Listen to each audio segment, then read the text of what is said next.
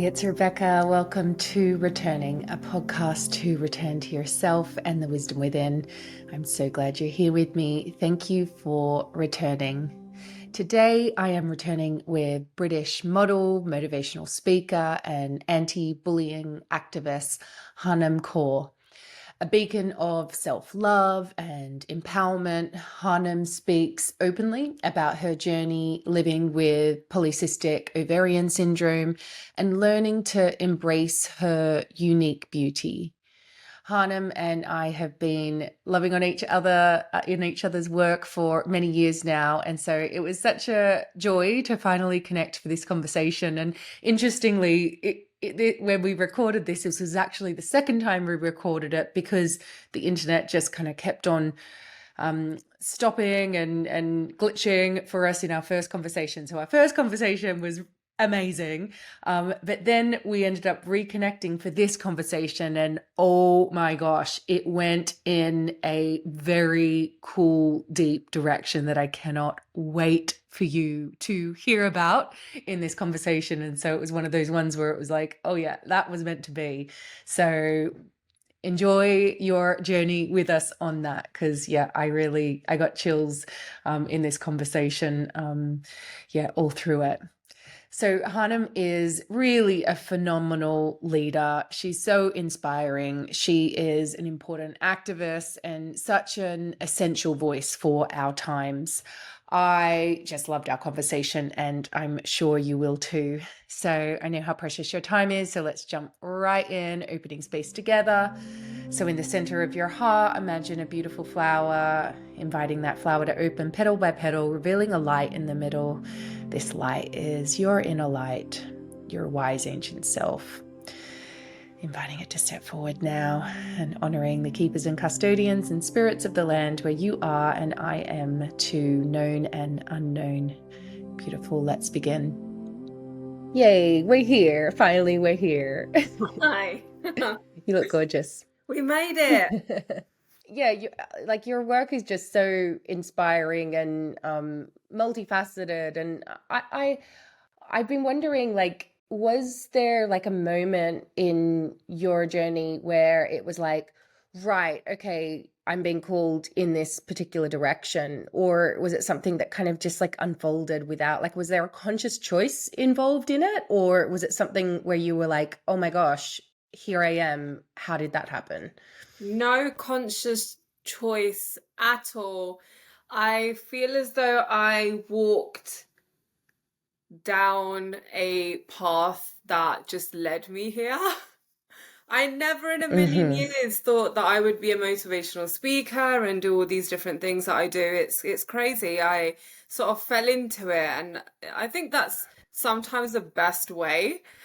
Sort of just delve into the unknown and then sort of learn how to swim. Trust me, I've drowned many times. Um, but yeah, it's I realized that if I stop talking now, I'm doing a disservice to people that need to hear a message. So I sort of carried on with what I was doing, and it sort of led me down a path that allowed me to sort of speak to people and help connect to them too. And for those who maybe haven't experienced you speaking and just all the work that you do in the world, can you describe a bit about your background and what really is your mission? Wow, my mission. That's crazy. I feel like James Bond when you ask me that. Um, yeah, so I'm a motivational speaker. I speak a lot on, being your very best self and residing in your purpose or even finding your purpose. Personal development is really big for me. Mental health, mental well-being, I speak on a lot too.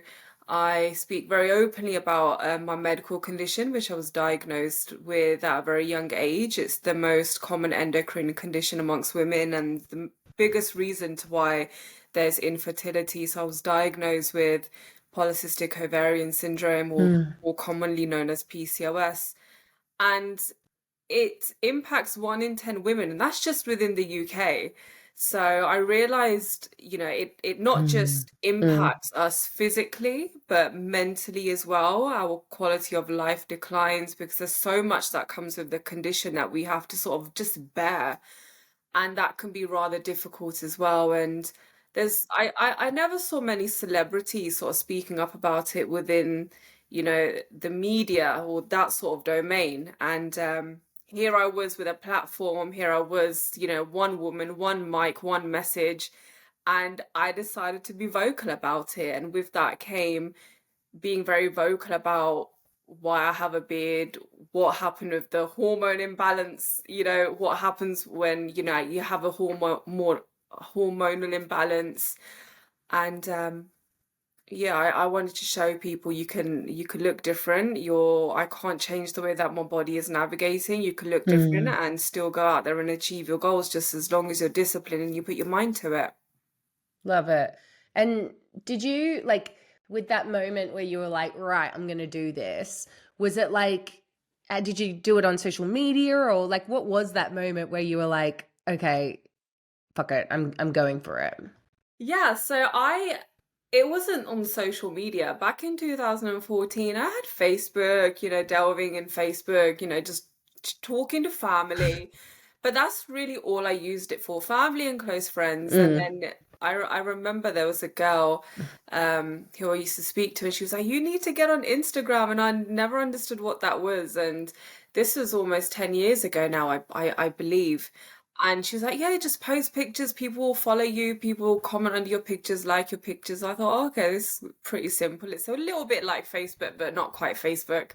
Um, and then back in 2014, there was one journalist who was very interested or intrigued by me, interested in my story. And she wrote one article. It was one interview. I had nothing better to do. Girl was unemployed, local Starbucks. And yeah, that story went absolutely viral. That, just that one piece of that one article Wow. went absolutely viral. And then I was being retweeted by Cosmo and all these other big sort of fashion makeup publications, which wowed me because I wasn't a girly girl, I wasn't into makeup or fashion or beauty in any sort of sense. And to have these magazines sort of retweet my article or share my article or write the article in their own sort of words, yeah, it was mind blowing. And then it snowballed from there basically. And when that happened, like, did you have like mixed feelings about it, or was it just like, no, like I really, this is what I want? Oh, I went with the flow. I thought, well, it literally was. I'm unemployed. I have nothing to do.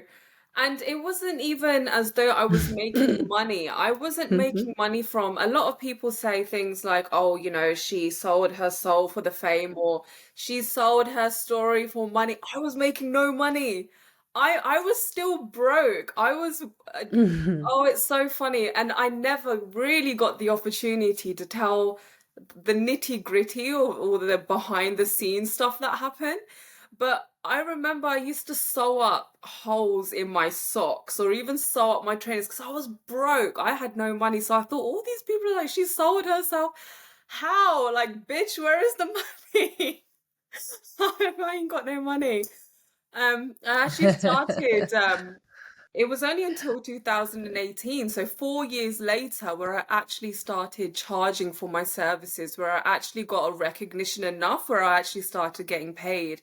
But I was being chauffeured in Yeah. cherry-colored G-wagons, I remember we went to the Kensington Palace because I was up for an award, which I didn't get. But I wore this very beautiful raspberry cherry colored gown. It was stunning. And I was being chauffeured in, a G-Wagon, and I was broke. Like that car was on rent. So it's amazing. It's amazing just what happens to your life. Oh But my God. but again, you have to know your roots, be humble about it, and just sort of focus on the message. And Mm. everything else is just an addition. Did you have like one? kind of like event, which was like the first speaking gig that you did, where it was like, oh God, I need to like have a talk and all of that? Or was it again something more organic? Like, tell me about that. No, I went to Trinidad and Tobago, and this was the first time I had a public speaking engagement. The first time I actually went abroad, um, for my career was Chile. And that was for a prime time TV interview. It was big. It's big out there. So imagine a prime time TV interview um program for celebrities here. It was the same, but over in Chile. Now, I'm not a girly girl, Mm-hmm. and they made me, well, they didn't make me. I was wearing heels. I don't know how to sit in heels ladylike. So I remember you could totally see up my skirt, but like from the side, so from like my right there, you could totally see. It was embarrassing. But my first ever speaking gig was out in Trinidad and Tobago, and that was for a women's resource network. And the organizers were talking about how in in their country the crime against women is just abhorrent. It's disgusting. And even when I landed, I got to the hotel after midnight, and we were listening to the radio, and oh, there was a woman that was chopped up bit to bit, and you could find bits of her here, there, and everywhere. Or there was a woman that was murdered and left on a bus, or there was some scorned boyfriend or something that had killed. And I was just like, yo, this is Mm. intense. And I remember not realizing how, even hearing that, I thought, stuff happens. This world isn't fair. Stuff is bad. But I still remember walking around as if I'm back in London. And yeah, our driver got told off because he was looking after us. The organizers that were sort of that looked after my itinerary were away. I think they went to a shop quickly. So I went walking around, and the driver got in trouble because they were like, "You do realize she could get kidnapped and held for ransom?" And I went, okay, I'm just going to sit here. Whoa. Yeah, it was intense because they had Wow. news articles and paper cutouts that I'm visiting the country and I'm giving a talk. So forget about the fact that this is my first speaking engagement. It's going to be done in front of a live audience. It's a big event. It's for something that's very serious. But on top of that, I could be kidnapped for ransom. Yeah, that's mad. But Holy shit. Yeah. It sounds like you don't really do things in halves. It's like, you're like, all right, let's go there. if I'm doing it, I'm doing it fully. But also, I have to take Mm. accountability as well, and I have to be aware that just because, you're a woman, and don't think that life's going to get easy. You have to like, I have to take accountability. Mm. If I put myself in a certain position, or something that's going to be a detriment to myself, then I've done that knowingly. Obviously, that was a situation that I didn't know, but now I'm a lot more mindful of what I do, where I go, who I'm around. If someone's coming up to, and this has happened to me in Italy as well, where people have squared up to me. So it's almost like, yeah, this world is beautiful, but it's not fair. So pick your battles wisely. And tell me about like, do you come to face with that sometimes on social media as well? Always. I woke up the other day and someone messaged me going, kill yourself. And I went, okay, okay then. Oh, thanks. That's right. And Wow. I'd Wow. just woken up. So imagine that's the first thing you see. I do get a lot from my own community as well, which is it can be disheartening, but then I think to myself, am I really going to stop because certain people don't understand, or they think that you're disrespecting a religion or you're disrespecting a culture? Like, think about the bigger picture. So then I have to think, hmm, again, pick your battles. So where I'm not going to listen to someone that's told me, just kill yourself. Well, bitch, I'm still here. Tell me more.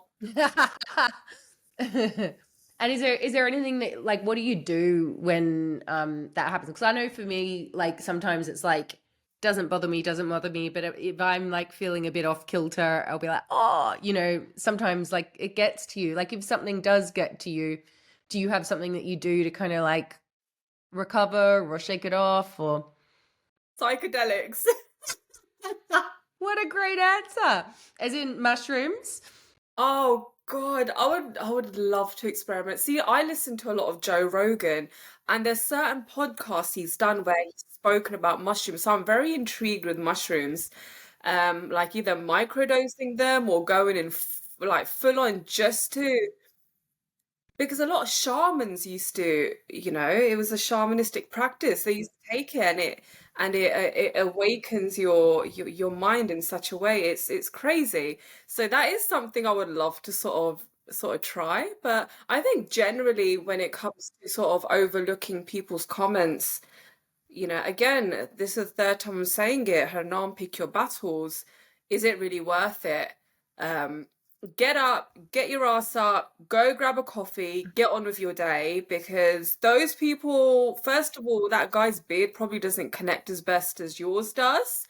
They probably don't have that much going on in their life. And Mm, they're probably a wee bit jealous of you.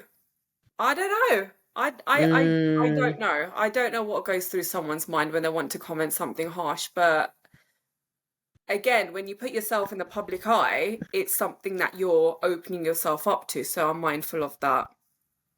right, right. And for you, like, I know you are like you speak out quite a lot, like in an activist way around like anti-bullying. Was that part of your journey? And then now it's like you're kind of like you're standing up because you've experienced it yourself. Tell me a bit about that. Oh no, no one bullies me. I'm normal as hell. I was horrendously bullied. Like people were lethal. Kids were so cruel. Oh God. And I still see sometimes the people that bullied me, walking around town, or I'll see them, randomly if I've gone to a shop and they're either working there or they're shopping themselves. I remember I went to my local superstore and it was after New Year had just happened. And I remember thinking to myself, girl, this whole year you're going to carry on shopping at this supermarket and you're going to carry on seeing this person. This person's going to work here. It's the new year. They're going to carry on working here. Do you really want to be awkward when you walk into the supermarket every time you see this person? So I approached him and I said, first of all, my brother's quite big. My brother's like 6'2", 6'3". He's like big, and he's got the Mm-hmm. shopping trolley. And I said to my brother, I said, "Look, I need to confront this guy." And my brother's holding the shopping trolley, and he's just like, "Do what you need to do, girl." Anyway, I've walked up to him, and I said, you know, I know you know who I am. And I just want to say there's no hard feelings. You know what you did to me. It hurt me. And it took me to the point of suicide. I don't want to put that on you, but I just want to say that that's what sometimes someone's actions can lead someone to. And that's what happened to me. I'm glad I'm still surviving. But the thing is, I'm going to see you for the rest of the year. And I don't want there to be any bad blood every time I see you. So, what are we going to do about it? Because I'm not going to stop seeing you here. And it was one of those things where he just turned around and he said, I see what you do. You've turned into a very beautiful young woman, and I see all the impact that you're having. Like, well done. And Oh, I hugged him, and he moved on from wow. his. And every time I see him now, like I ask him, like, "Hey, how you doing? What's good? What's new?" And I hug him and I say hi. Um, but then No way. there was another time where I approached someone else and he recognized me and he was outside.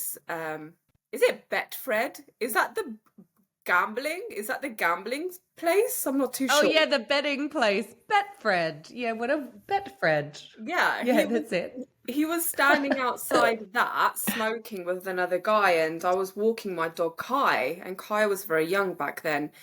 I didn't approach him as I was walking by. I said, "Oh, you're so and so." He goes, "Yeah, I am." He goes, "Oh, are you so and so?" I said, "Damn right I am." And I mentioned it as well, like, yo, Mm. you bullied me horridly. Like, if you have kids, like, I don't wish that upon your kids. Like, that was disgusting. This guy just laughed. So it's like, some people will understand, other people won't. But I just have to be in a position now where I'm okay with it. I've gotten there. I'm okay with it.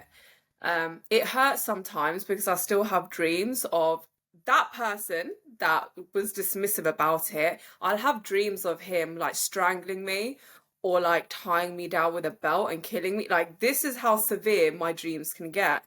Um, Whoa. but I don't know. Wow. My dogs really humble me. My dogs really ground me, which is crazy because they can't speak, but they really Mm. ground me. Yeah, but they're the best companions of all, aren't they? Like it's just complete unconditional love. It's my friend Kyle, he visited our family and we've got a little dog called Shakti. She's a Chihuahua pug, a chug. And yeah, he ended up getting a dog after because he was just like, they're amazing. And now he's got like three or four. Like literally he's got like one trained Doberman, which is like, Oh, like a security dog. And yeah. he's just got another. Like it's like a full-time job looking after his dogs. How about you? Is it like does it take up a lot of your day now? They are in such under such discipline.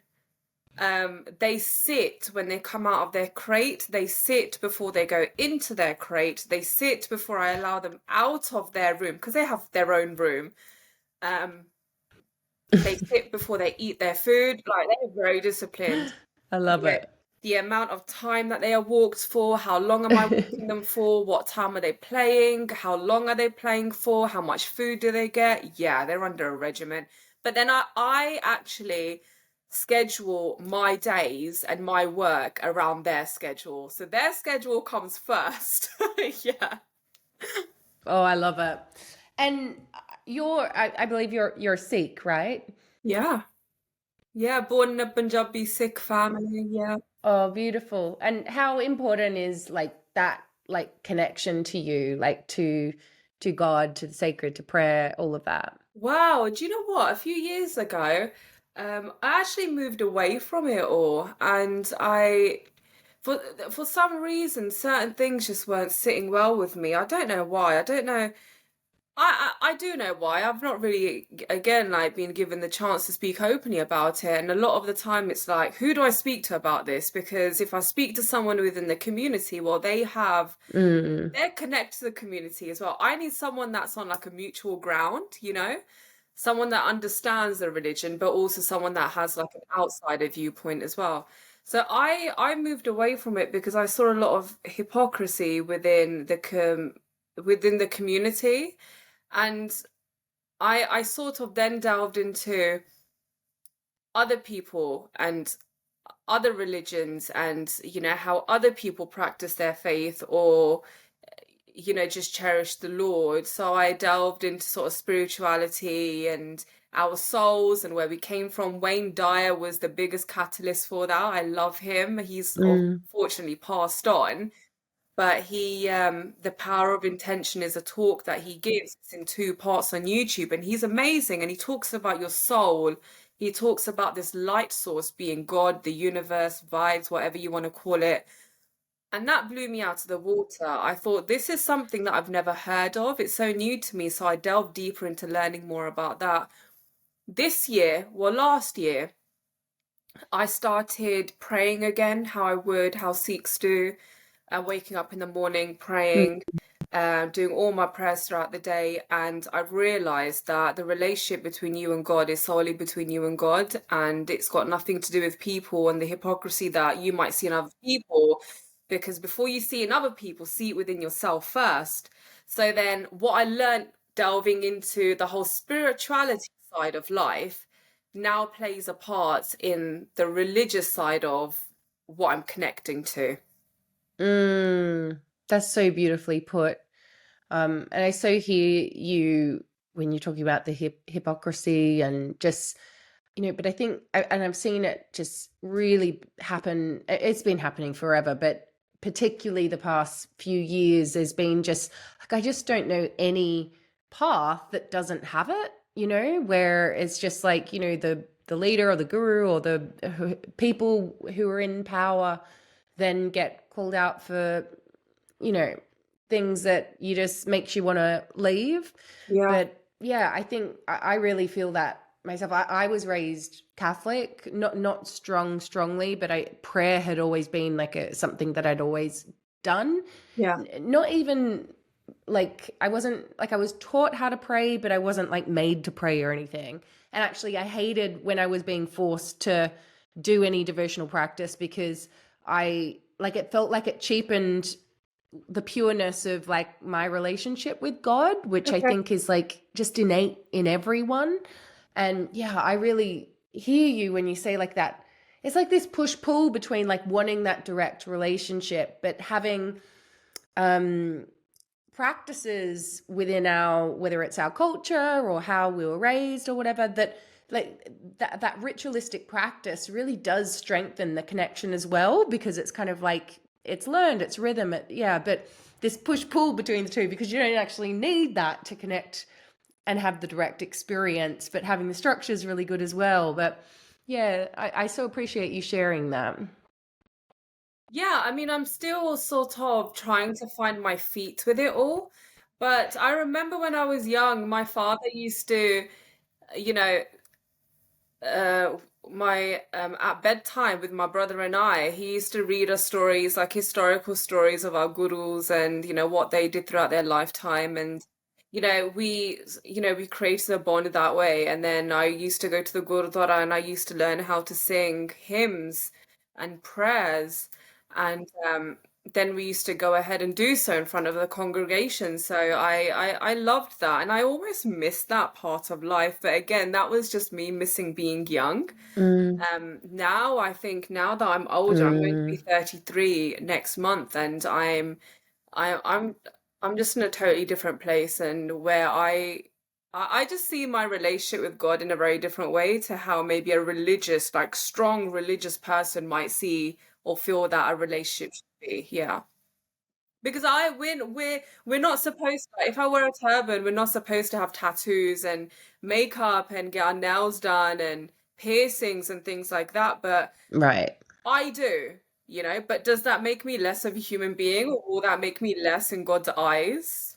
right, Is me is right. me doing all of this Mm, dampening me saving someone from their mental well-being because they've heard me speak, and now it's all of a sudden they think, wow, I can take right. from what I've said. So where's the balance, you know?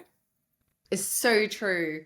And yeah, one of my teachers um told me that like when you kind of dress up and look beautiful, whatever, it's like you're dressing the Holy Spirit. Oh, And I I love love that. that.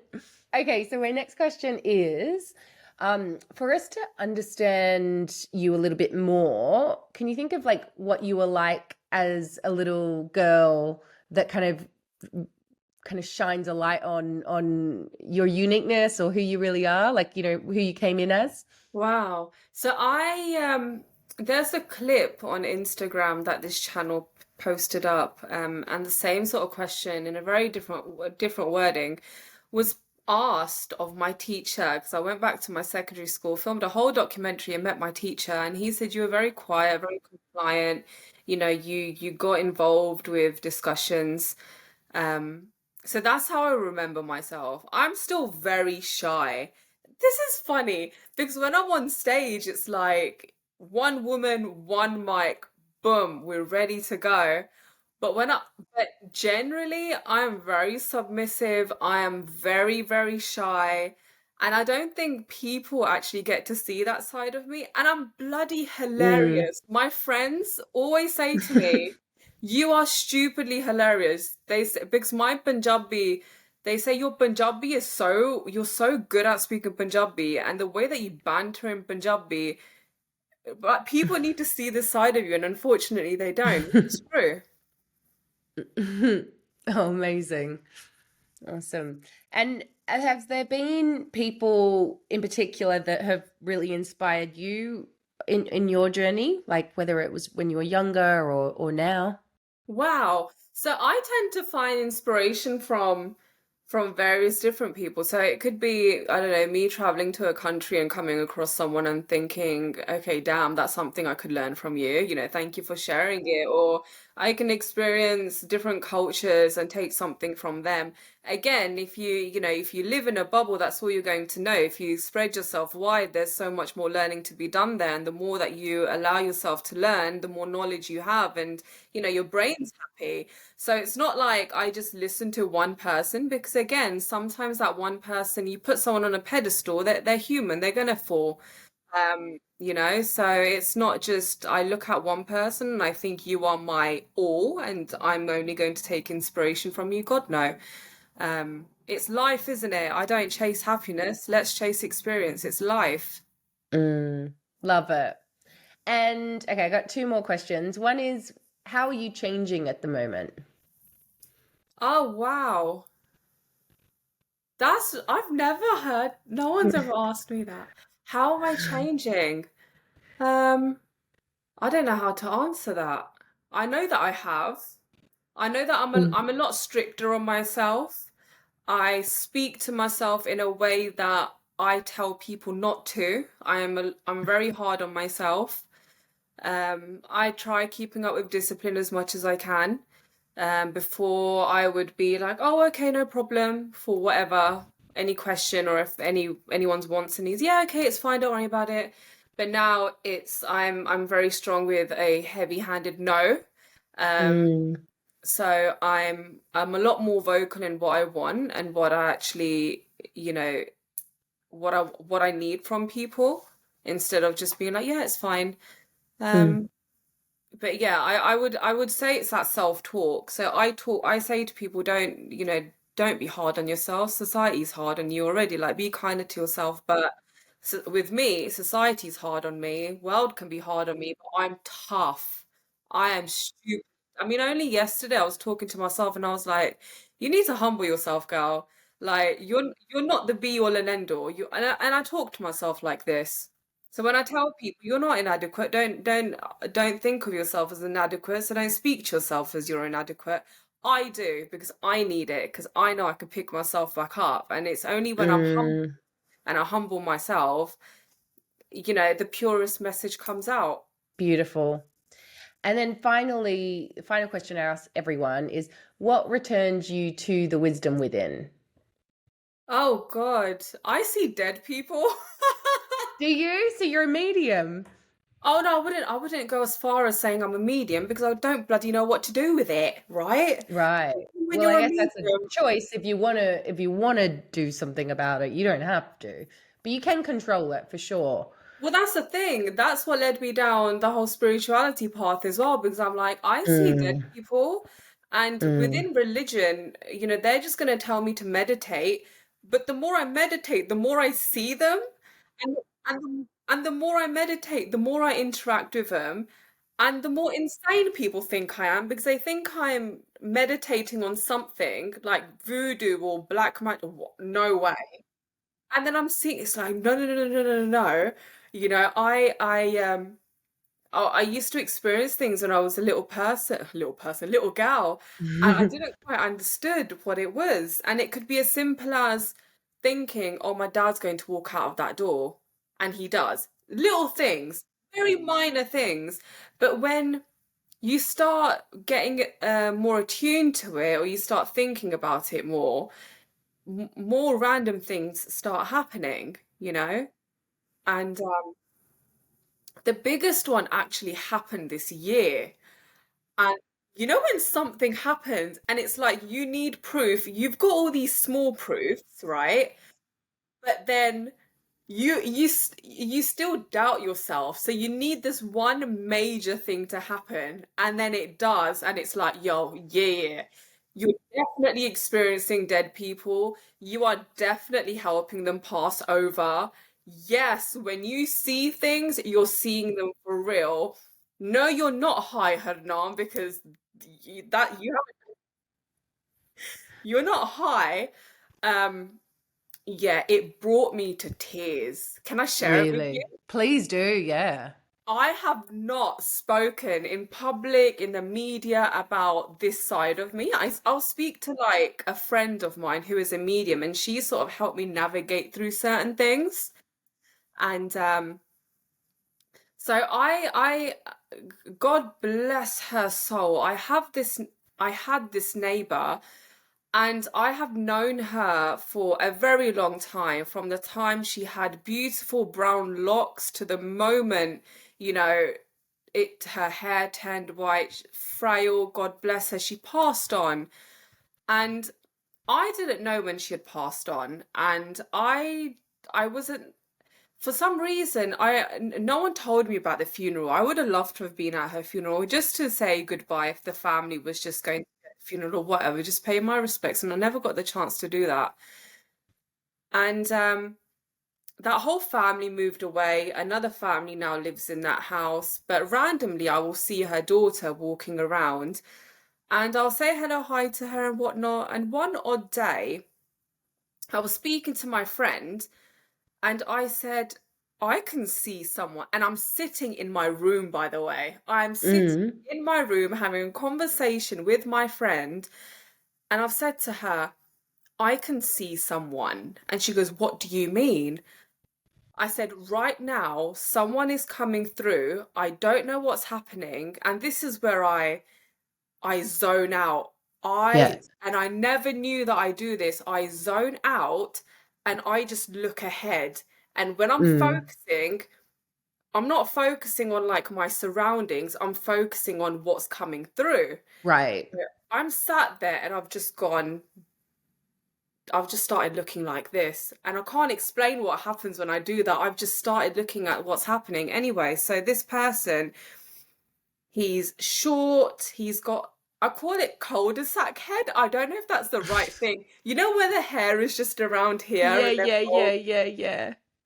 So I said, he's old, he's around my height, he's cul-de-sac head, he's wearing glasses, he's waiting at a bus stop, he's really moody. I'm standing at the bus stop with him. He's almost looking back and around at me. I could tell that, his demeanor, he's quite hunched over, and it's raining, so he's going to be foul-mooded. And there's a bus, and it's a red bus. He's waiting for the bus, and the bus has my town's name on it. And she goes, what do you think that means? And I said, I think he's about to pass over. And Oh, I've bawled out. This wasn't what I've said to whoa. you. This isn't it. This isn't the miraculous part.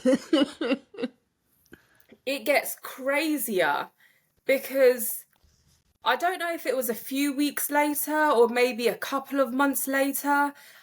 I came across his daughter, and the daughter, so this guy was the husband of the lady who passed away.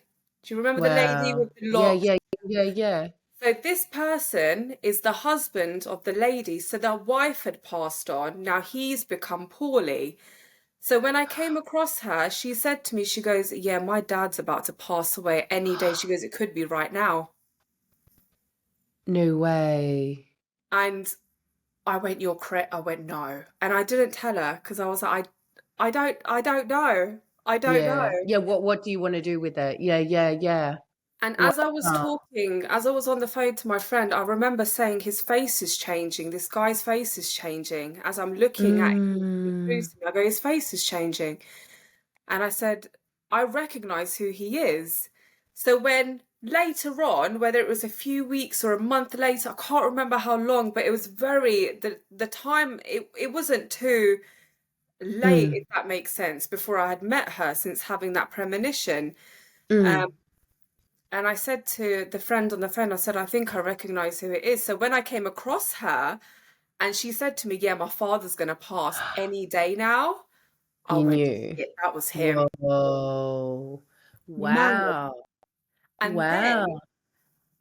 then I saw him. I saw him walk up the steps. I saw him meet his wife. A few weeks ago, his wife actually came to me and him hand in hand, beaming, and she's got those beautiful brown locks again. And I remember Mm. exactly how she used to tie her hair up as she's got them up. So, yeah, he's passed on. Wow. Yeah, imagine. Wow. How Yeah. amazing. And yeah, I guess yeah, it's like why? And and I know that everything because I had a few experiences of that, like that was the very beginning of my path. But it's only just I'm being called to it again now, so it's so interesting the timing of our conversation. Oh, I've started yeah, just like speaking to a couple of my medium friends of because yeah, I'm kind of like I've had these experiences and I'm like I don't know what I want to like if I want to continue to have them, and everything I'm hearing is it free will, like you get to choose and you can turn it on and off and all of that. Like my friend John Holland, I don't know if you've heard of him. I just did an event with him recently and it was yeah, he was doing mediumship, and then there was Anita Morjani who she had a near death experience, and I was doing like the soul and someone else doing past lives. And yeah, I really like loved watching him work. He calls it like he has to like slow down and like raise his energy. I think it's called the quickening, okay. where it sounded like what you were talking about, where it was kind of like, you go into that zone and yeah, it's like you're seeing, but you're seeing something else. But he says something like, and it's almost like saying it to everyone else because he does it in a whole room with like hundreds of people, and then spirits come in like, oh my god, that like, and it's busy, it's crowded, and so what he says is I'm in charge of who comes in, not them, and I'm in control of it. And yeah, hearing that actually made me feel like a lot of relief because I know it can feel like my son also, I know he sees, there's this little boy who keeps coming to him, and he's had a couple of experiences, and I'm like, oh, how do I teach him to like know, like to be able to be in control of it? So but it's very I, interesting. I'm curious what's going to happen with all of this because it sounds like your path is like very, it just like happens. So well, who knows? even the other like 2 weeks ago, I had my it's the thing is it sounds crazy. It Hmm. sounds like, oh, come on, she's chatting shit. I had my first ever and it blew my absolute mind. And people talk about this, and it's never happened to me. I never thought it would happen to me. And I just thought, maybe there's a trick, or maybe you have to get to a certain level of spirituality to be able to do this. But no, I was just laying down. Um, I had my first ever out of body experience, but this is where it gets crazy. I wasn't in my room when this happened, Hmm. but I've come out of my body and I've traveled to my room. Hmm. Okay. So say for example, I'm staying at your house and I've gone to sleep Hmm. in your guest room. I've had Yeah. an outer body experience, but I've traveled to where my actual room is in my actual house and I see myself laying there. Wow. But I'm not physically there. And Wow. I've come in and out of this a few times, but then as I'm in this other realm looking at my body, and I know it's me because, like, I know how I sleep. I'm sleeping like on the same side of the bed that I sleep on, the way that I'm hunched over. So as I'm looking at myself, this other person comes into the same realm that I'm in. I call it Mm. the further. Don't know if Hmm. that's a thing. Call it the further. Um, and she's looked at me and I thought, I've seen you before. You've come into my bedroom before as I was sleeping. So I've come across this other entity, which is a beautiful, beautiful, beautiful, young woman. And I Mm. thought, I've sensed you as I've been in body, I've sensed you at night. I know you've come into my room before. What is it that you want? And for Mm. some reason, I just she she she flew away, like she went away. I don't know why she was there. There's also another Mm. young boy that keeps coming to me as well. And this was last year. I initially thought he was like a young black boy with curly hair. Mm-hmm. Um, and I keep seeing him hiding behind a pillar. So you know how you have like you'll have a building and then you have like a pillar holding and building up. So he's sort of looking at me, like peering out from the side of the pillar, looking at me. And I never understood it. I thought this guy's crazy. I don't know what he wants. He doesn't come out from behind the pillar. He doesn't talk to me. What is it that you want? Are you lost? Like, can I help? Mm-hmm. And I remember holding an event for my PCOS wellness retreat in March for International Women's Day this year. And that event space had pillars. Mm-hmm. And I went, no, this is crazy. I went, it's not a young black boy, he's a young brown boy. And Mm-hmm. I said to my friend who was there were two women there that were mediums, and one of the friend who I was on the phone to when I had that other premonition that was wild, I said to her, I said, you do realize that the young boy that keeps coming to me that I thought was a young black boy isn't actually a young black boy. He's actually a young brown boy, and he's here, and it wasn't like a concrete pillar. I go, he's hiding behind the pillars that are in this room because there were pillars in that room holding Mm-hmm. just randomly. There was like one, two, three, or four. I'll go, he's right there. I'll go, can you sense him? I was like, I don't know what to do with him. And Yeah. every so often he keeps coming back to me. It's like, do I need to go back to that restaurant? Because on top of there, they have a wellness space where we held the event. I thought, do I need to ask someone there? Like, did someone pass away? Like, what's happening? Boy keeps coming to me and I don't understand it. Mm. Wow. Wow. Yeah. Well, I'm sure like the next step will be revealed for you. Like it sounds like you're very connected and like I guess you can choose what to do with it, but also like I don't know, I do think that like the right people and not necessarily teachers, but sometimes teachers, but the right people appear on your path like to help you answer those questions. Have So you ever been woken up by one? yeah, yeah. Only once woken up, and it scared the life out of me. And I basically said I don't want that to happen ever again. That's the thing. Yeah. I So invite it. before I go to sleep, I kind of do a little like let me Really? sleep thing. Because yeah, yeah. So one day I was laying down and I think I allowed myself to have an out of body experience. Now I say it now. From that first time it happened, it blew my mind. I Mm. thought, yo, I can fly. Like I could, this is crazy. But from that point, I've said to before I go to sleep, I'll do my nightly prayer and I'll say, I'll say to myself, I'm allowing myself to have an out of body experience if it should come through. Or I'll Hmm. say, I'm too scared for it right now.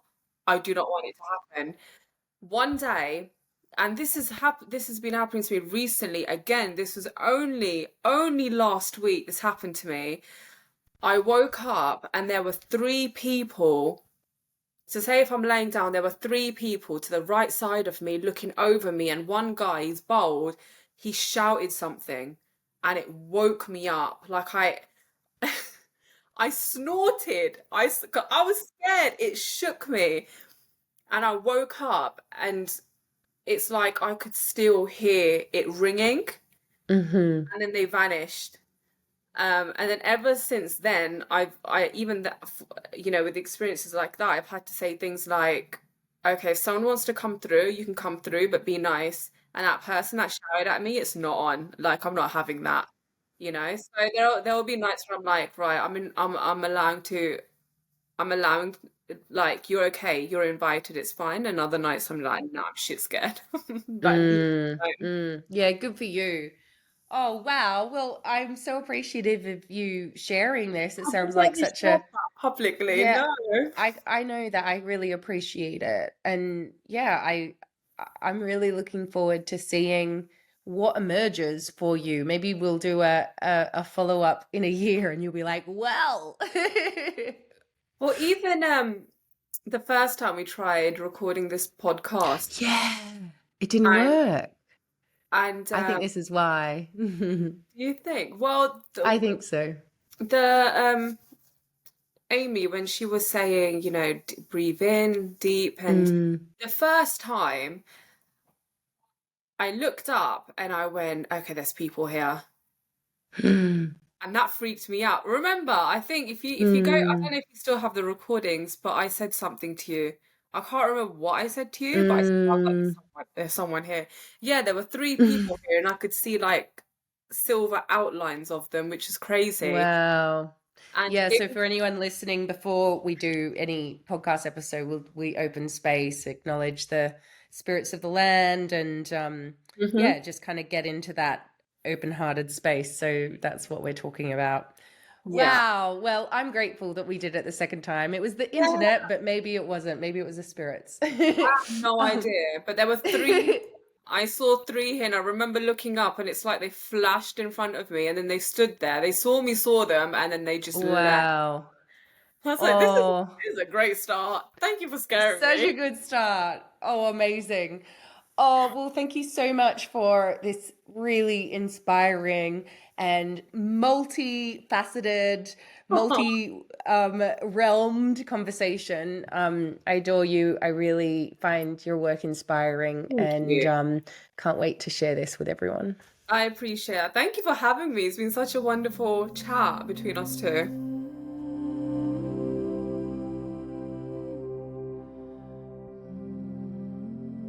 Soul inquiry is a practice where we enter into a direct dialogue with our inner wise self.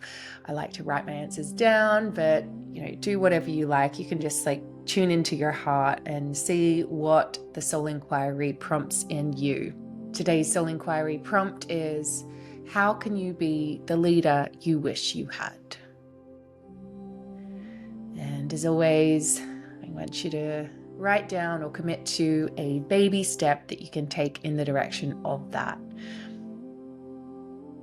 Let's share a deep breath together as we close this sacred space we've stepped into. I'm so grateful for you being here. If you'd like to keep returning to yourself and returning here with me, then please hit subscribe. If you love this podcast, leaving a review or a 5-star rating really, really helps. I so appreciate if you do that. And as always, you can find the show notes and all other information about Harnaam and her work over at rebeccacampbell.me/podcast. Thank you for returning.